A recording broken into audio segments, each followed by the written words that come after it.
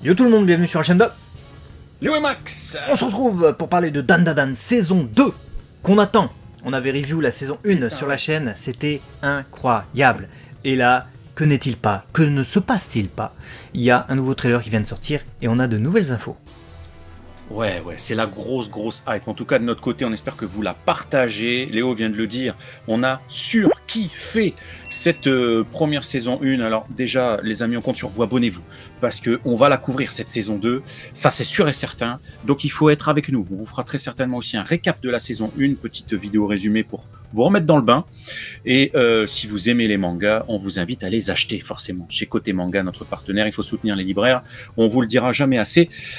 Et du coup, effectivement, premier trailer, un vrai trailer, hein, parce qu'on avait eu un teaser, on avait rebondi dessus, où on avait déjà eu des premières images, mais là on a eu un vrai trailer d'1 minute 20 qui était dévoilé ce samedi. Et au sein de cette bande-annonce, on voit donc un combat entre Gigi, semblant possédé par cette mystérieuse créature. On en avait parlé longuement, on vous avait même fait des petites théories, à quoi ça nous faisait penser, ouais, cette entité violette là, avec cet œil et tout, assez badass, qui semble se bagarrer contre Okarun. Donc ça nous hype direct. Ouais, d'autant plus qu'ils vont être confrontés à une menace qui va les mettre tous en difficulté. Apparemment Gigi peut être possédé, ça c'était notre piste, mais c'est ce qui semble être le plus plausible vu le trailer.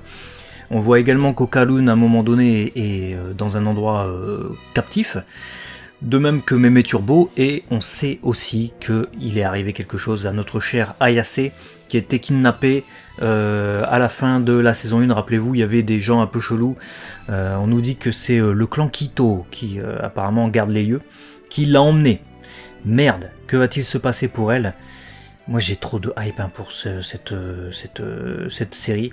La saison 1 était incroyable, et la fin de saison 1 était aussi haletante, parce qu'on avait envie de savoir ce qui se passait avec Momo, on avait envie de savoir ce qui se passait avec cette baraque dont on nous avait caché une pièce, tout entière, hein, derrière un arbre, attention.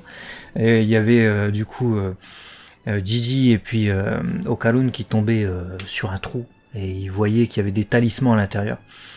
Et on va aussi en savoir plus sur cette espèce de démon qui hante les lieux et qui rend totalement fou Gigi.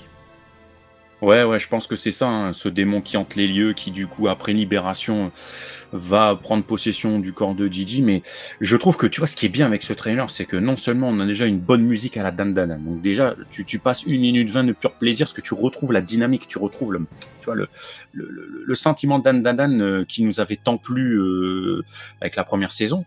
Et tu vois à la fois beaucoup de choses, c'est-à-dire tu vois du fight, tu vois les nouveaux persos, tu vois des courses-poursuites et tout, sont dans des baraques, il y a tout qui explose. Et en même temps, je trouve qu'elle est suffisamment habile, cette bande-annonce, pour ne pas trop en montrer. C'est-à-dire, on te montre des trucs, tu as l'impression de découvrir des trucs, de l'action, mais en fait, tu comprends pas vraiment ce qui se passe, parce qu'il n'y a aucun contexte. Tu te dis juste, mais putain, on va encore vivre des trucs de fou avec cette saison 2, quoi. Et c'est... Ils savent mettre l'eau à la bouche. C'est mieux que les trailers de films qu'on voit en ce moment. Hein, parce que quand tu vois des trailers de films, tu vois tout le film.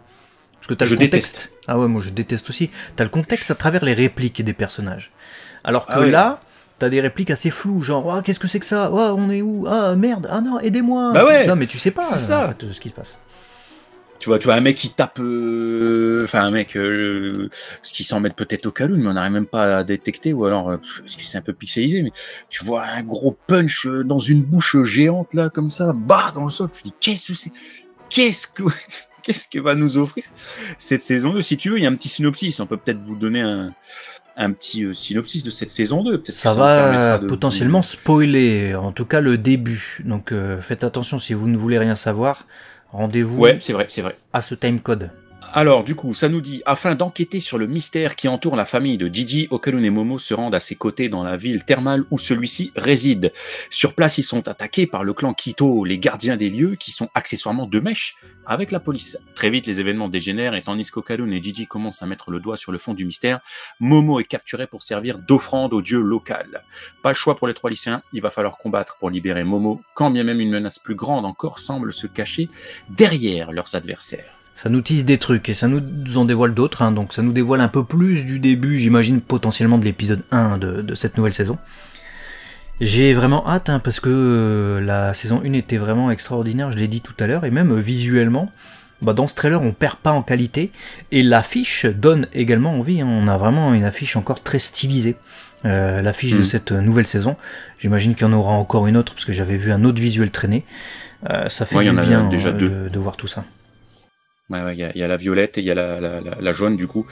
Saison 2, si vous vous posez la question, sera diffusée à partir du 3 juillet 2025, donc il nous reste un peu plus de 2 mois à attendre, sur ADN, Crunchyroll et Netflix. Et d'ailleurs, les 3 premiers épisodes vont bénéficier d'une diffusion en avant-première au cinéma à partir du 7 juin 2025 en France avec ADN. Et pour ce qui est de la liste des cinémas participants, parce que certains vont se poser peut-être la question, on ne sait pas, la liste des salles et participantes seront...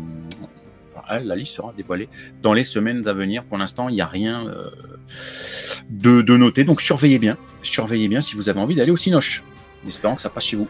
Voilà, 3 juillet 2025, vous avez compris qu'on n'a qu'une hâte de retrouver évidemment tous ces personnages qui sont hauts en couleur. Dites-nous également dans les commentaires, pour ceux qui sont lecteurs du manga, à quel point vous attendez cet arc.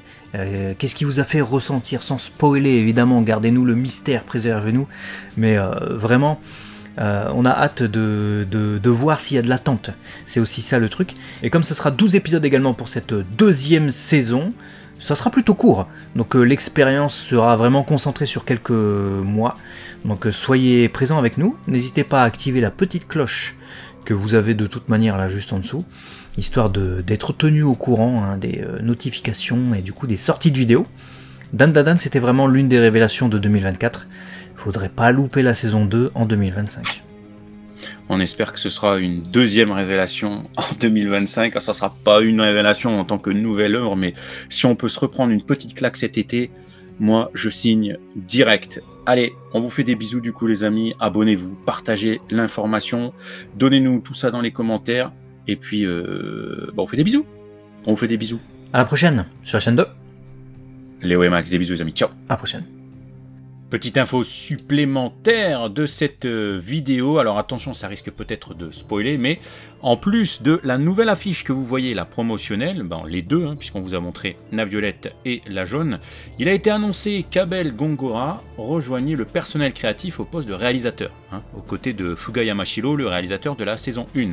Et aussi que la seiyuu Mutsumi Tamura, que vous connaissez notamment pour son rôle de Kobayashi, Hermès dans JoJo's Bizarre Adventure, etc. Vous avez l'image qui vous montre la plupart de ses rôles majeurs, rejoindra du coup le casting dans le rôle d'Evil Eye, dont vous avez l'image et le character design à l'écran.